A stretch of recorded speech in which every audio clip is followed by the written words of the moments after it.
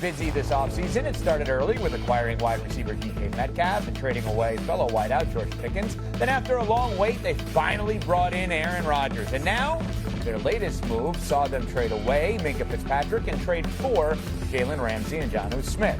On Unsportsmanlike, weekdays, 6 to 10 a.m. Eastern on ESPN Radio and ESPN 2. There we go. There we go. Canty, Michelle Smallman, and myself. Adam Schefter put this Pittsburgh offseason into perspective. What a crazy, unconventional offseason for the Steelers.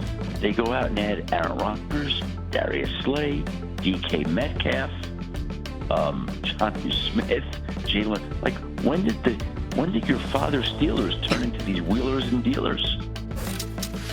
So, Kevin Clark and the Steelers lost their way here. No, and I'm surprised by some of the takes, guys, that the Steelers are all in or that they've changed their nature. I don't think they have. They've always relied on players outside the building, giving them a spark. Jerome Bettis was a big trade 30 years ago. Kevin Green, our colleague Ryan Clark was a free agent signing after I think he went from the Giants to Washington to Pittsburgh. So they've never been purely draft and develop like some of these other teams. So no, I don't think that they don't have void years on a lot of these deals. They're not including first round picks in future years. They are not all in. They're doing what they're always doing, which is they're trying to be competitive. Every single year, they don't tank, they don't take years off. Omar Khan is obviously the successor to Kevin Colbert, who ran that operation as if he was running the program for 100 years. They're always trying to be competitive, and it's admirable, but no, they're not all in, and they haven't lost their way.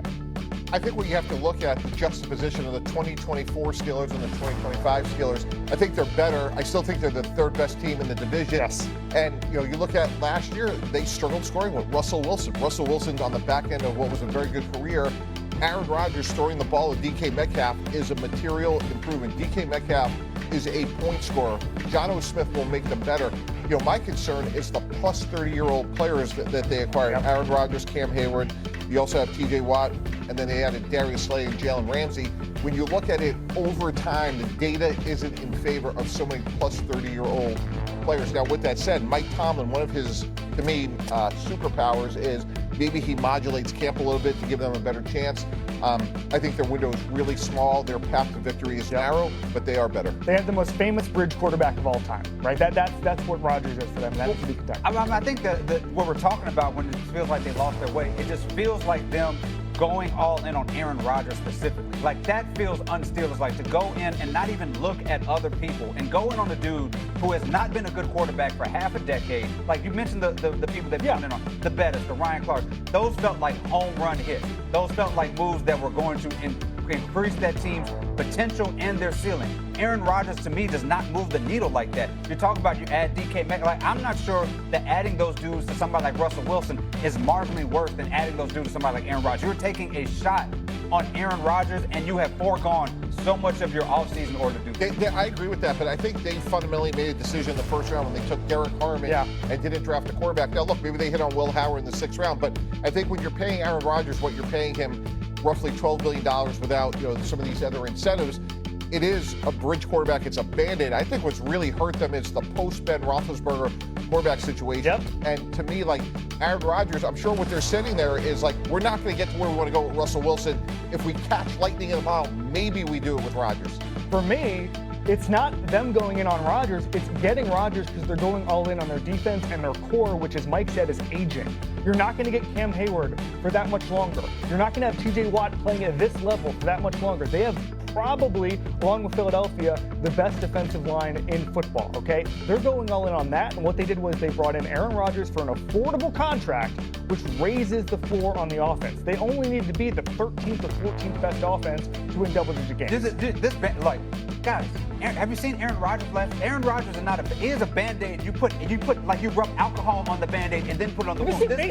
This could be, but Aaron Rodgers can be so much worse for this team than he could be better. He may raise the ceiling, but he could also drop that floor on this team so much. You know what's funny? Like our good friend Mike Greenberg, also known as Greeny, you can watch him 8 to 10 on ESPN. There you go.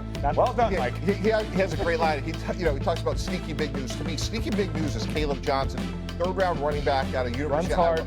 Yeah, I think he's a player that really fits Arthur Smith's system. If they get him rolling, what's the best friend of a 42-year-old quarterback?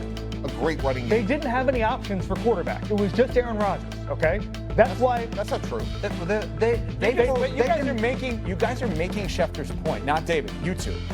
What you just said, That's the Steelers. That's our dad's Steelers. Our dad's Steelers, as Adam pointed out and as David is trying to point out here, is the idea that who's this guy? And the Steelers made him into something that we didn't expect them to be. They don't go out and get named guys. Think about the wide receiver position they've had forever. Did anyone, not you, Mike, because I know you were a general manager, Emmanuel Sanders, Antonio Brown, Mike Wallace, nobody knew who these guys were before they arrived there. You just brought up a guy in the 3rd round of the draft. I don't know who that is. My assumption is because of Mike Tomlin, he's going to be good. That's my Steelers. That's my dad's Steelers. That's the mentality of the Steelers. Now it's just like, oh, I've heard of this guy. I've heard of that guy. Let's go try to create an all-star name team. There was a stability on offense, but it's Ben Roethlisberger. That's gone away, and so now the original standard of this whole thing is they made a mistake in the 1st round, and only Kyle Shanahan can overcome a 1st-round bust, okay? But Kenny Pickett was not the guy, and now they're papering over that mistake. I do not believe they had many options, okay? That's fair, but that's what part of the NFL is. It's sort of like the NCAA tournament. You want to like somehow advance and survive. Yeah. So like you want to win for today and develop for tomorrow. And I think Aaron Rodgers, if we took away the name and the legacy, he is a bridge quarterback at this point, and albeit we'll see what he has left. But again, maybe it's Will Howard, maybe it's next year's 1st-round pick. But I think Aaron Rodgers, when they looked at the chessboard and said, well, we're not going to beat Joe Burrow, Lamar Jackson with Russell Wilson. Let's take a shot. There's a reason I work so many summer Fridays. It's because these shows don't have a lot of options that are stuck with me. I'm the Aaron Rodgers. Okay, all right. You know, sometimes I have compared to Aaron Rodgers.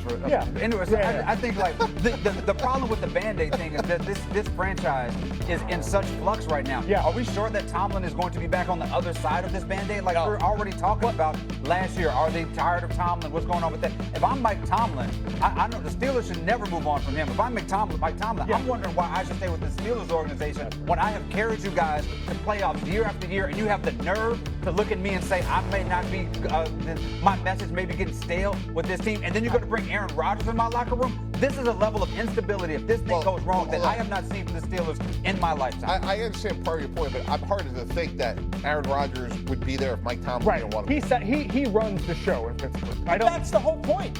Mike Tomlin, who is a 1st ballot Hall of Fame coach, has gotten to a point where he wanted Aaron Rodgers. Right. That's where these are not your dad's Steelers. But your dad's Steelers are making Mason Rudolph into a playoff team. Pragmatic. If we were running the Steelers and we know that Russell Wilson isn't going to be the quarterbacks in our division, what would you like to do? Well, you could have kept Justin Fields.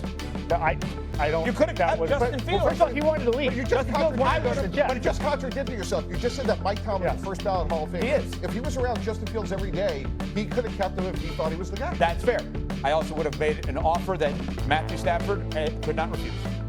You just went from Justin Fields. You're asking a question. What do I do? I answer the question.